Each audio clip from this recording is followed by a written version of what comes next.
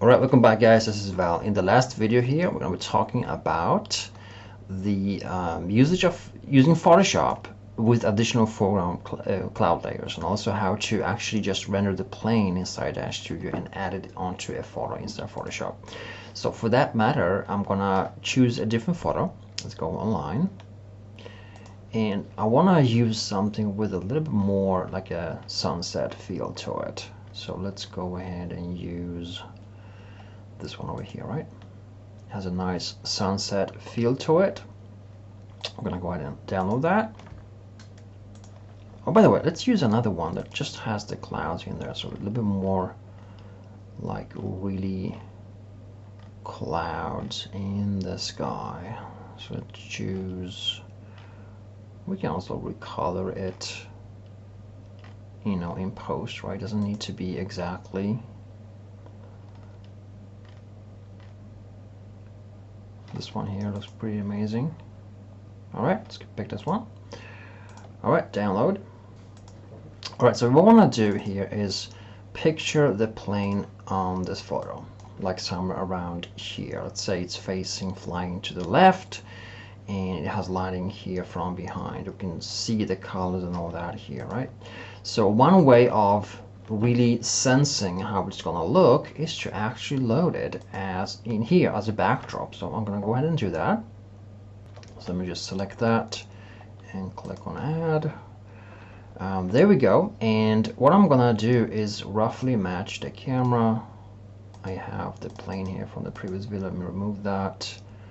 Let's just do a real quick here. Let me reset the camera rotation, all that. Just reset it. Where is the plane? Here it is. All right.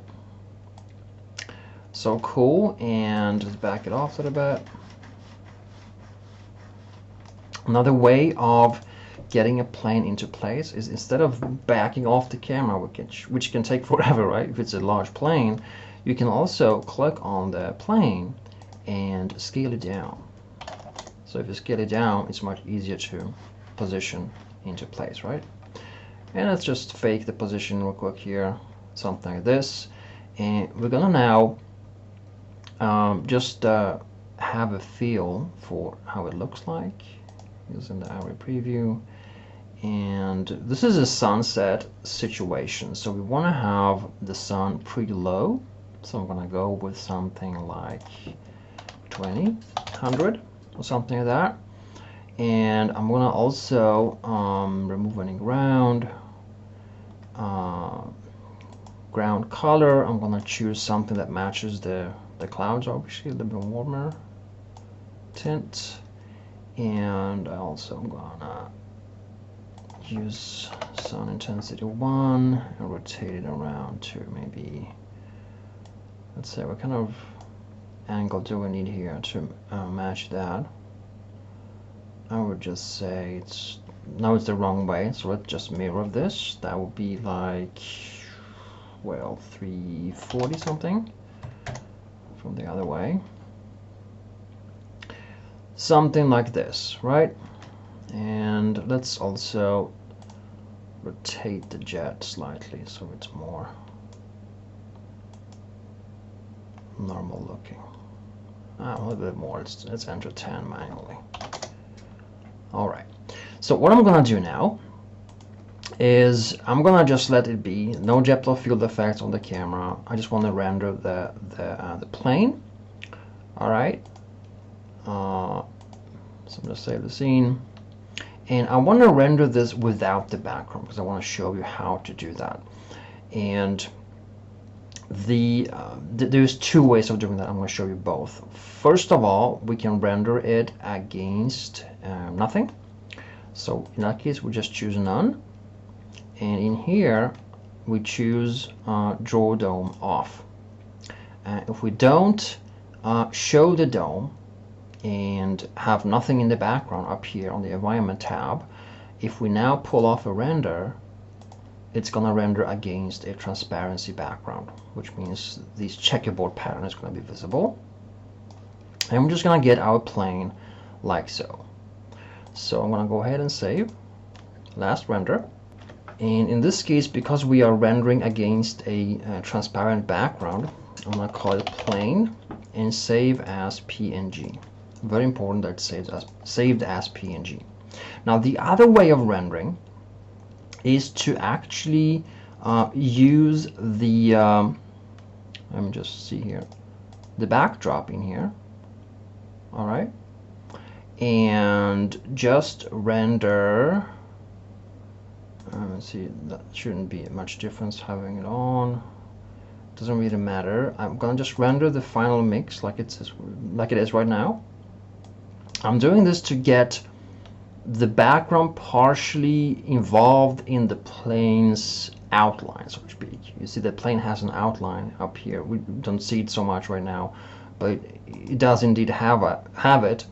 And what we want to do is really project the background into the seams of the outline, and I'm going to show you what that means in a moment. So this time around, I'm going to save the last render as a PNG, call it plane, and now I'm going to save a mask of our plane. So to render mask, I'm going to disable the background, but use white. All right. When rendering masks, like we were doing right now, you don't want to have it in bloom on. We had bloom on just a moment ago, so I'm turning that off. And also we want to turn off any lighting, so I'm going to go into environment, choose scene to blacken the lights. And if you render a mask like this, you should not use the post denoiser. It should be off, and any bloom should also be off. If you have any emissives like self-glowing items or lights, those should also be turned off. And the way you do that is obviously you go to surfaces of the object that has them and locate the emissive property here. Not sure I can find one. This is the wrong object, by the way. Let's just click on, for instance, this one. Here, emission should be black. So just simply select, if you're not sure which surface that has emission, just render it black. Click on emission, choose black. So this is going to render a mask. Let's do that. Simply a black and white image. All right, I'm going to go ahead and save and call it mask BMP. Now let's leave Dash Studio. So I'm going to turn this off and let's head into Photoshop. Good, so here we are inside Photoshop, and we'll load our images straight in here. So one of them is the plane, the plane with the background. Then we have the plane without, and also the mask. Let's load all of these into Photoshop. Okay, the cool thing about having the plane rendered against the transparency map is that you can, by all means, go in here and let's say we want to load that photo we just downloaded from Pixabay. Right, we can grab that, Control H to select all, Control C to copy, use Command on a Mac, go back here, create a new layer, shift the plane so it's on top, and now we can pretty much just insert that underneath here and scale it and place it pretty much all the way we want, right? We can just scale it. We can also select portions of it and we can move it into place and so forth. So we have a lot of options. What I dislike about the PNG is that, as you can see, there is a outline, like I said, around the plane. So I don't recommend using PNG masks for that matter, because they don't work as good as JPEGs or BMPs. So you will have this black kind of outline, unfortunately. So that's that. Now, one thing you can do to get rid of this black outline is to shrink the selection. This is a little bit more advanced. Basically, it involves throwing in the mask. So Control H to select all, Control C to copy, go back to your image, paste it, Control V on top, and now use it to select using the Magic Wand tool. Okay, click here with tolerance, well, let's say just 10. That will select the plane. What you now can do, you can shrink the selection using modify, contract by 1 pixel. So now you have a selection that's 1 pixel less than the actual size of the plane. Now you go to the main plane render, this one, and you select inverse. Let's see what that is. Select inverse. Here it is, right? Now you have selected everything but the plane. Hit delete, and you have now 1 pixel removed from all around the plane. As you can see, it's pretty much gone, right? But it's kind of a tedious process to do that, and it's not that exact either, so I wouldn't, do this that way. It can also backfire and create some errors from time to time. So, in my opinion, the better way of creating this is to actually render against the background you will use. Granted, you can, use a different zoom on the background like we just showed you in a moment ago, but still the plane's edge is rendered with that color scale in mind. So now if I just grab this, Control A, Control C, go back, paste it on top here. I know it's right now overlaying the background which we loaded here, but don't worry about that. So we have the mask over here. Let's remove it. Now on the plane layer, which just has the background rendered, I want to create a mask down here at the bottom, like so. Now I'm going to go here and click on this again, Control A to select all, Control C to copy, use Command on a Mac. Go back here and Alt click on this mask layer. Now use Control V to paste, use Command on a Mac. And now when you go back, okay, we got to invert that, sorry about that. Alt click here again, adjustments, invert, go back. Now you have a perfect, in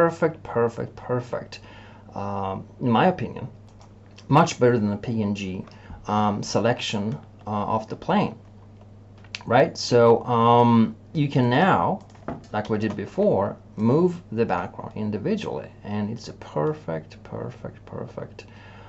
representation of the plane without that weird border. All right.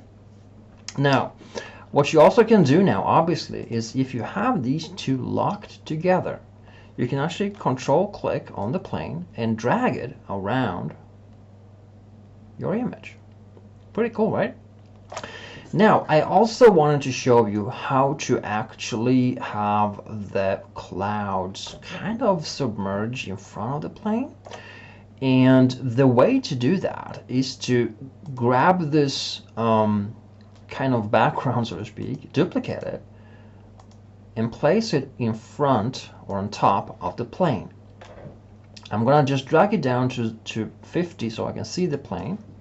And now I'm gonna use the eraser with a pretty hefty size, like 50 is pretty good, and opacity around 25, 30-ish something. And I'm gonna slightly uncover the plane, but keep it hidden. Let's do 25 here, or 20, but keep it hidden partially in the clouds. So now if I drag this to full, you have the plane hidden in the clouds, which is pretty dramatic, right? That's how cool and intense renders you can do using Dash Studio and Photoshop. And besides that, you can also obviously overlay, additional clouds.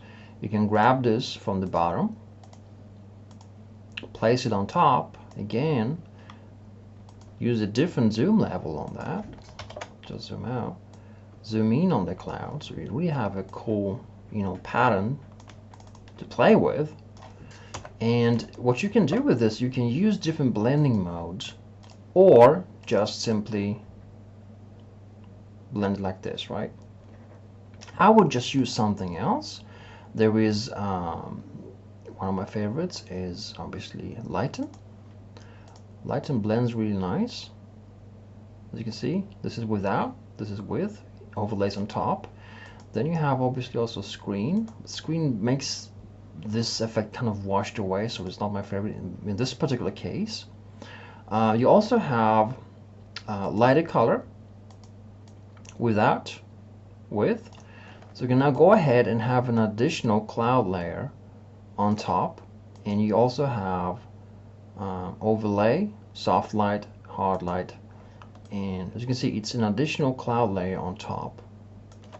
And by the way, by all means, you can use normal to have really intense, like so, and then use the eraser to or gradient. You can just add a layer here on the at the bottom, this mask, right? And now the mask is selected, you can add a gradient to it and just tone it, and now you have an additional bottom. You can see that bottom heavy cloud layer. So you can do a lot of fun using Photoshop and DAZ Studio. So guys, that is pretty much it. I've covered a lot of stuff and I gave you a lot of options. I don't know, probably your head is spinning, but you know, just start from the beginning, play a little bit with these effects, see which one that resonates with you, which is the way that just you think, wow, this is I like this. I like the options it gives me. It works on my computer, doesn't take forever to render. I have all the adjustments I need and so forth.